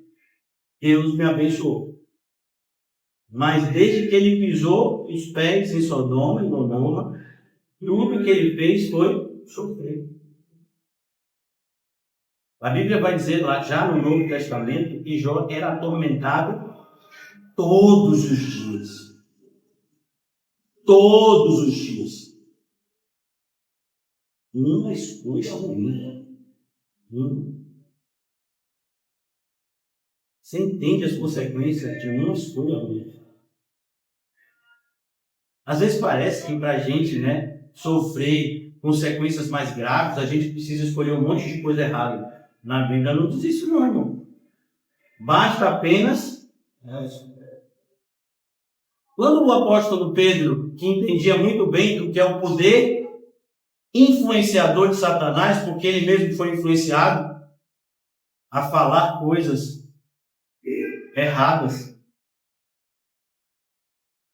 ele diz, meus filhos, aí isso eu estou dizendo, sede sóbrios e vigiais, porque o diabo, que é o vosso adversário, ele vive ao redor, esperando uma oportunidade. Ele só quer uma. E a pergunta que eu faço para a gente, e a gente vai dar, irmão? Talvez a gente até tenha dado. É por isso que esse momento da ceia é tão especial. Porque, mais uma vez, no momento da ceia, nós somos relembrados de que todo aquele que confessa e deixa, alcança a misericórdia. Porém, o que encobre as suas transgressões, então, quando nós estamos diante de verdades como essas, que nos foram explícitas, a necessidade que a gente tem de buscar uma espiritualidade real, uma espiritualidade bíblica, uma espiritualidade, irmãos, na prática, aonde de fato as nossas ações elas sejam a principal evidência de que somos pessoas espirituais, não meramente as nossas palavras. Por quê? Porque na hora do combate, irmãos, o fato de você saber falar não vai te ajudar, porque você tem que saber manusear bem a palavra de Deus. Então, quando eu e você somos chamados a ceia, eu queria pedir a todos vocês, o povo, que a gente se ame mais, que a gente se cuide mais uns dos outros. Já temos inimigos suficientes do lado de fora. Nós somos um reduto da verdade num mundo de mentiras. deveríamos nos ajudar mais e nos atrapalhar menos. Não vamos fazer o trabalho de Satanás. Deixe que ele faça. Vamos fazer a obra de Deus. Vamos fazer isso com alegria. Vamos pregar o Evangelho a toda criatura. Vamos ensinar aqueles que forem evangelizados o caminho que eles devem andar. E alegremente vamos caminhando na caravana rumo à cidade celestial. Tomamos e beijamos para a glória de Deus.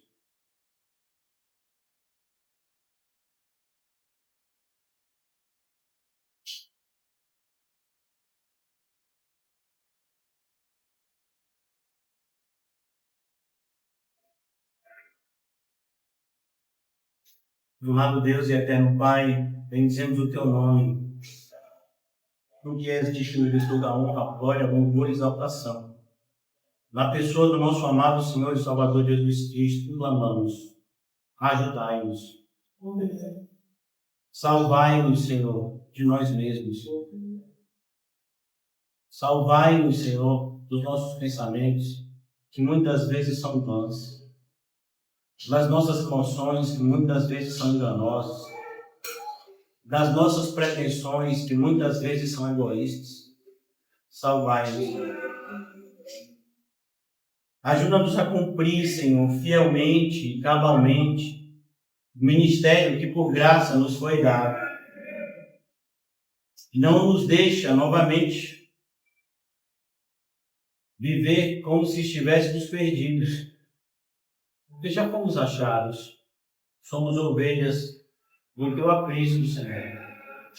Assim cremos, assim professamos.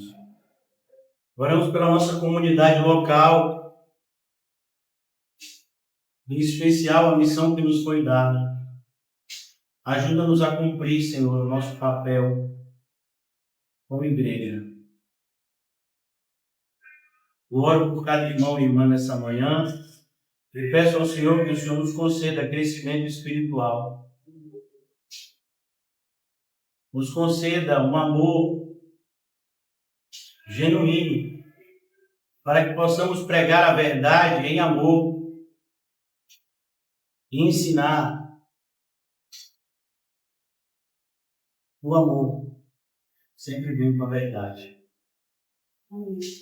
Te rendemos graças, Senhor, pela oportunidade de estarmos aqui nessa manhã, mas que não fiquemos apenas nisto, que a nossa vida, Senhor, seja um constante dar frutos dignos de arrependimento. Que o Senhor possa nos podar para que possamos dar mais frutos ainda.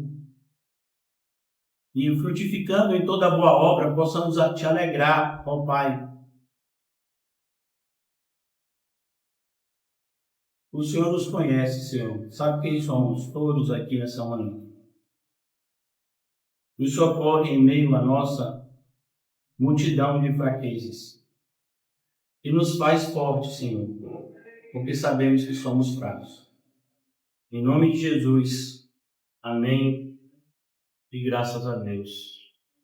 Que o amor de Deus, o Pai, e as doces consolações do Espírito Santo, e que a graça maravilhosa do nosso Senhor e Salvador Jesus Cristo esteja para sempre conosco. Nós dizemos amém. Saúde-se mutuamente com todos nós.